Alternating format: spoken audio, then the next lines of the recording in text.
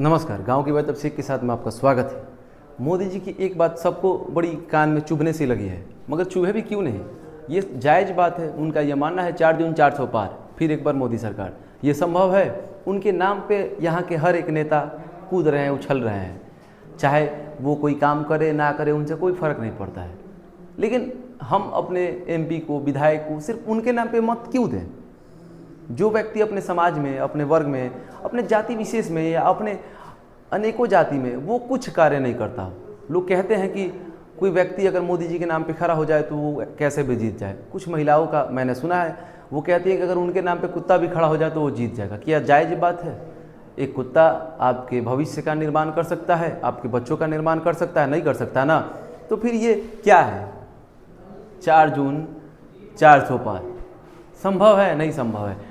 आप देख लीजिए, आप अपने लोकसभा क्षेत्र में ऐसे बहुत सारे नेतागण हैं जो सिर्फ चुनावी वक्त पे दिखाई देते हैं पकौड़े तलते हुए। तो कुछ लोग ये कहते हैं कि हमारे यहाँ सैनिटरी मुफ्त में बांटी जाती है। जो व्यक्ति सिर्फ चुनावी मौसम में मेढक की तरह बाहर निकलता हो, क्या उसको जिताना जायज़ है?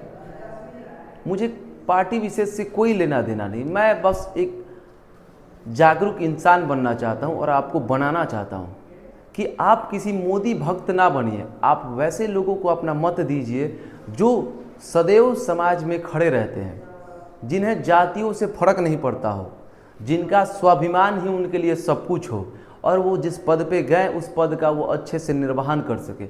ऐसे लोगों को अपने समाज में स्थान दीजिए, चाहे वो यादव कुल हो, राजपूत कुल हो, ब्राह्मण कुल हो या SC ST कुछ भी हो। ये आप पे निर्भर करता है कि आपका एक मत किसी को 400 या फिर किसी को 4 बना सकता है। आप अपने मत का ऐसे इस्तेमाल कीजिए जैसे वो 5 साल में सिर्फ एक ही बार आता है। जैसे पोलियो का टीका जब लगाने की बारी आती है तो बच्चे की माँ एकदम उत्तेजित हो जाती है कि नहीं, मेरे बच्चों को लगना चाहिए, क्योंकि वो जानती है कि अगर इसे नहीं लगाया गया तो इसके कारण क्या क्या हो सकते हैं, आपको भी पता है। उसी तरह ये एक चुनाव का जो मत है, ये आप नहीं देते हैं तो इससे आपके समाज का क्या क्या हो सकता है।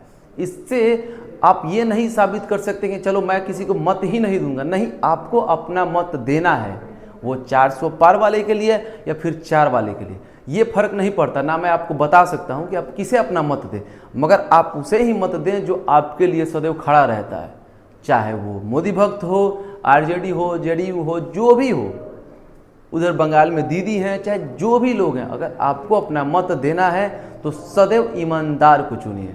और उस ईमानदारी का पहचान ये है कि वो आपके सुख दुख में खड़ा है।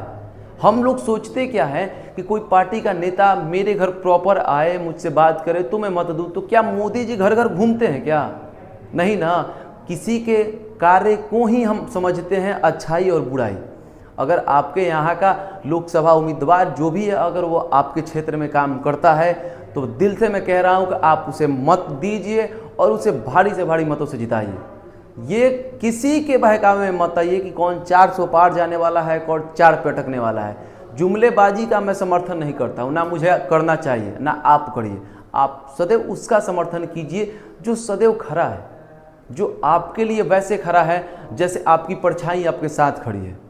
मुझे आशा है, विश्वास है कि आप ये जो 5 साल में एक बार आपको देने का हक मिलता है, ये जो पोलियो की तरह काम करता है, जो आपके अंगूठे के बगल में उंगलियों पे ये जो निशान लगाए जाते हैं, इस निशान का आप सच में इस्तेमाल कीजिए भविष्य बदलने के लिए, नौकरी पाने के लिए, ना कि सिर्फ अंगूठे के बगल वाले उंगली के निशान के लिए। आपको किसी से कोई मतलब नहीं है। मैं किसी पार्टी और किसी व्यक्ति की विशेषता के बारे में नहीं बात कर रहा, मैं आपके और अपने भविष्य की बात कर रहा। आप अपने भविष्य को जब तक सुंदर नहीं बनाएंगे, कोई माई का लाल आके उसे ठीक करने वाला नहीं है, चाहे वो किसी भी कुल से आता हो। और हम सब तुच्छ और छोटे लोग ही सिर्फ जातियों में सिमट के सिकुड़ के रह रहे हैं, मगर जिनको फन बनाकर बैठा रहना है वो शेषनाग की तरफ फन फैलाए हुए हैं।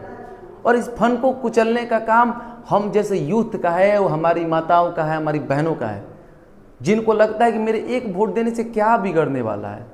नहीं, आपके एक मत देने से पूरा बिहार बदलने वाला है, पूरा देश बदलने वाला है। आप अपने मत का इस्तेमाल एकदम निस्वार्थ भाव से ईमानदारी से दीजिए और अपने देश और राज्य का नाम रोशन कीजिए। जय हिंद, जय बिहार।